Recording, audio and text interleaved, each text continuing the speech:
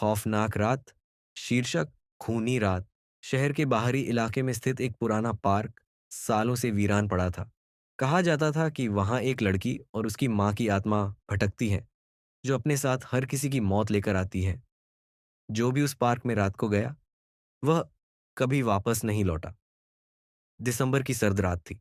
चार दोस्त, राघव, अनुज, प्रिया और नेहा, किसी साहसिक अनुभव की तलाश में उस पार्क की ओर निकल पड़े। उन्हें इन कहानियों पर यकीन नहीं था और उन्होंने इसे महज एक अफवाह मानकर चुनौती के तौर पर लिया। पार्क की सीमा पर, खौफ गेट पर पहुंचते ही, एक पुरानी और जंग लगी तख्ती लटकी हुई थी, जिस पर लिखा था, यहां कदम रखने वाले अपने कफन का इंतजाम करके आए। अनुज ने मजाक में कहा, अरे, ये डराने के लिए लिखा होगा, हम वापस नहीं लौटने वाले। जैसे ही वे गेट के अंदर दाखिल हुए, ठंडी हवा का झोंका उनकी हड्डियों तक ठंडा कर गया। अंदर सूखे पेड़, बिखरी झाड़ियां और टूटी फूटी झूलों के बीच अजीब सन्नाटा था। प्रिया ने महसूस किया कि कोई अदृश्य शक्ति उन्हें देख रही है, लेकिन उसने सोचा कि शायद यह उसका भ्रम है। अजीब शुरुआत कुछ दूरी पर उन्हें झाड़ियों के पीछे से किसी के रोने की आवाज सुनाई दी। आवाज किसी छोटी बच्ची की लग रही थी। नेहा ने डरते हुए कहा, हमें यहां से चलना चाहिए, ये आवाज असली नहीं लग रही। लेकिन राघव ने कहा, अगर कोई बच्ची सच में मदद के लिए बुला रही है तो हमें देखना चाहिए। वे आवाज की ओर बढ़े और झाड़ियों के पीछे एक छोटी बच्ची को देखा। वह सफेद फ्रॉक पहने थी, लेकिन उसकी आंखें अजीब तरह से चमक रही थीं। बच्ची ने धीरे से कहा, मेरी मदद करो, मेरी माँ ने मुझे यहाँ बंद कर दिया है। नेहा ने डरते हुए पूछा, तुम्हारी माँ कहाँ है? बच्ची ने अचानक हंसना शुरू कर दिया और उसकी हंसी इतनी भयानक थी कि चारों के शरीर में सिहरन दौड़ गई। माँ का आगमन। जैसे ही वे वहां से भागने लगे, उन्होंने देखा कि झूले के पास एक औरत खड़ी थी।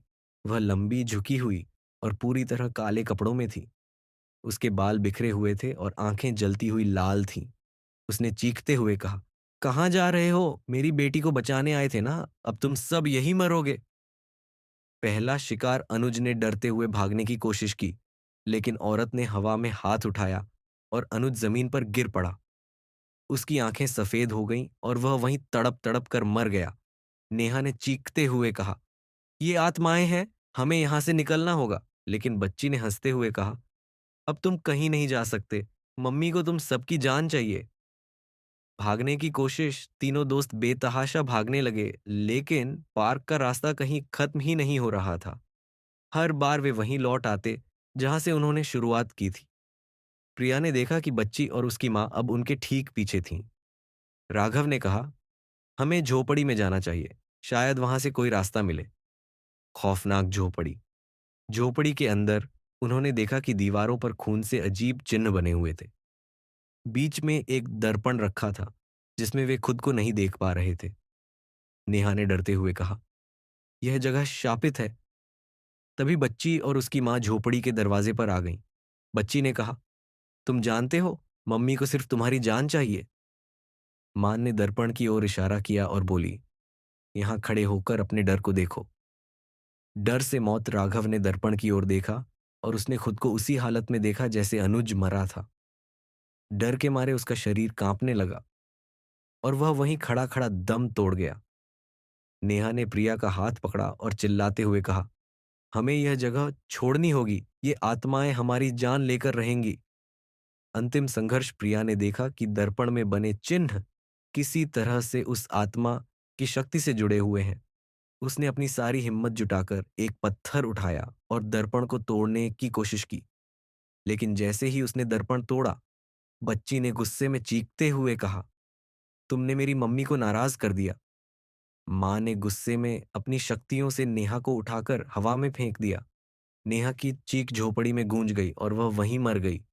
प्रिया ने किसी तरह झोपड़ी से बाहर भागने की कोशिश की। जैसे ही वह झोपड़ी के दरवाजे से बाहर निकली, उसे लगा कि बच्ची और उसकी मां की चीखें उसके कानों में गूंज रही हैं। अंत सुबह हुई, लेकिन प्रिया पार्क से जिंदा बाहर नहीं निकल पाई। गांव वालों को झोपड़ी के पास उसका शव मिला। उसकी आंखें डर से खुली हुई थीं। उस दिन के बाद से कोई उस पार्क में जाने की हिम्मत नहीं करता।